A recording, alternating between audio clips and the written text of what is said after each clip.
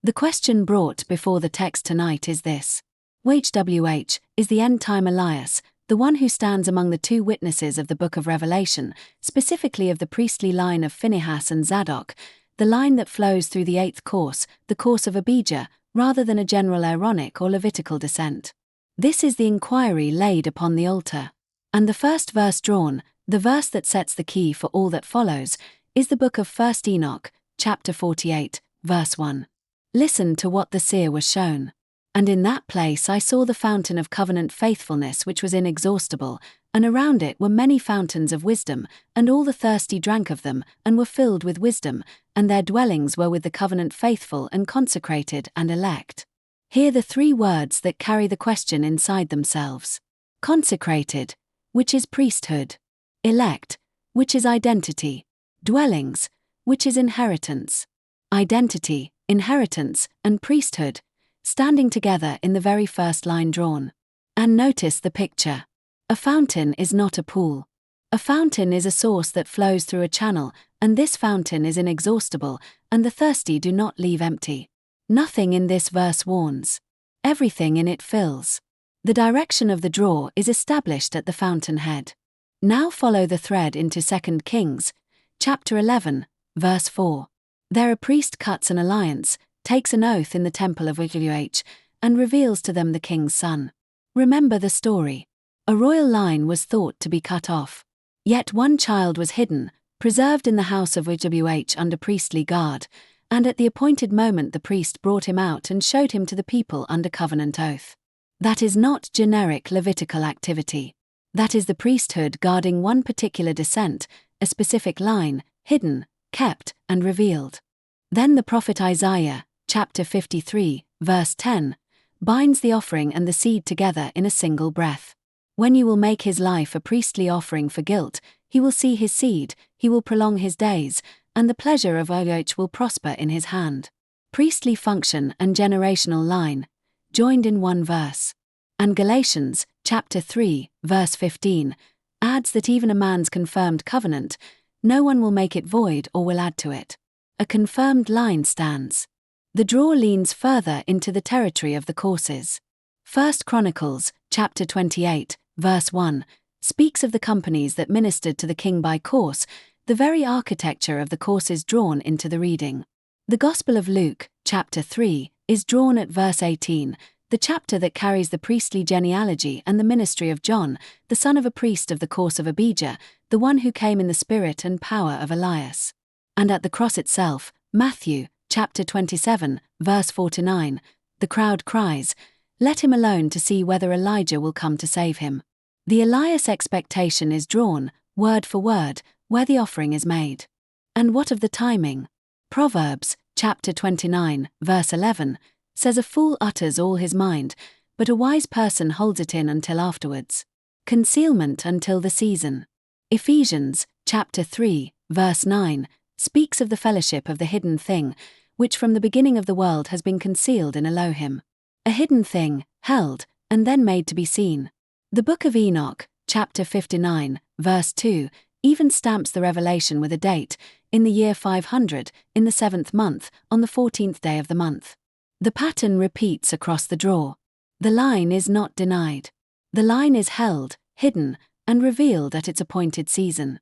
Jeremiah, chapter 23, verse 8, promises that YHWH lives who brought up and led the descendants of the house of Israel, and they will live in their own land. Ezekiel, chapter 48, verse 29, declares that the covenant inheritance land will be divided by lot to the tribes of Israel for priestly inheritance. And Isaiah, chapter 37, verse 31, says the remnant that escapes will again take root downward and bear fruit upward. A root preserved below, fruit revealed above. Now hear the mathematical confirmation, offered always as support for the text and never as its replacement. The deterministic inquiry answer is yes, affirmative. The probability of yes stands at 100%, the probability of no at 0%. The Dominion triad, identity, inheritance, and priesthood firing together, stands at 1177% of the corpus baseline, a strength of 7.34 sigma, beyond the 3 sigma level of confirmation and beyond even the 5 sigma level of discovery. The combined anomaly test across all markers yields a p-value of about 1.5 times 10 to the minus 23, an extreme anomaly. 6 of 6 convergence channels are active at 97%, and the threshold is crossed. 5 markers survive the false discovery rate correction, and the triad itself survives the strictest dependence valid layers of the e-value testing. 22 direct textual hits anchor the reading in words the verses actually say, not in marker counts alone. So we say, carefully and within our bounds, the data shows a statistically confirmed non-random pattern across multiple independent channels. The pattern is robust to permutation controls and survives the false discovery rate correction. We claim no divine authorship from statistics alone, and we do not present this verdict as verification of any external claim about any person, living or yet to come. Prospective replication is recommended to establish persistence. And the text itself supplies its own cautions, and we will not soften them. Deuteronomy, chapter 18, verse 1, reminds us that the priests have no portion or priestly inheritance with Israel, for the altar fire of YHWH and his covenant inheritance will they eat. The line is a channel, never the fountainhead. YHWH himself is the inheritance of the priest. Malachi, chapter 1, verse 8, asks, if you bring the blind for consecrated sacrifice, is it not bad? And Amos, chapter 7, verse 10, shows us Amaziah, a priest of Bethel, standing against the true prophet. Priestly office alone never guarantees hearing. And one tension must be named honestly. No single drawn verse chains the 8th course of Abijah explicitly to Phinehas and Zadok. That connection is an inference assembled from the parts of this draw, not a direct statement of any one verse. The remembrance ledger stands at 150 draws with none yet labeled against their outcomes, so the calibration loop remains open, and even a firm verdict awaits its later confirmation. So what is the answer, spoken plainly between the porch and the altar? The lead verse opened with an inexhaustible fountain feeding the consecrated and the elect, sourced flow and not standing water. The draw then answered the question in the corpus's own words. A priest in the temple revealing a hidden, preserved son. An offering for guilt that sees its seed. A hidden thing concealed from the beginning and now made known. Wisdom held until afterwards. The very cry of the crowd, whether Elijah will come. The verdict is yes. Affirmative. The reading of this text is the pattern of a specific, guarded, course-defined priestly line, revealed at the appointed season, rather than an undifferentiated Levitical descent. Yet hear the gentleness inside the firmness. Genesis, chapter 7, verse 1, says to Noah, "You I have considered covenant faithful before me in this generation."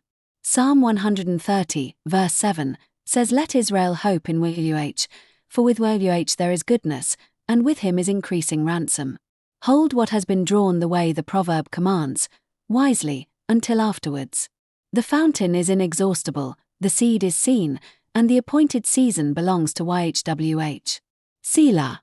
The verses drawn in this altar of reception session were 1 Enoch chapter 48, verse 1, 2 Kings chapter 11, verse 4, Jeremiah chapter 23, verse 8, Proverbs chapter 16, verse 8, Proverbs chapter 29, verse 11, Mark chapter 7, verse 18.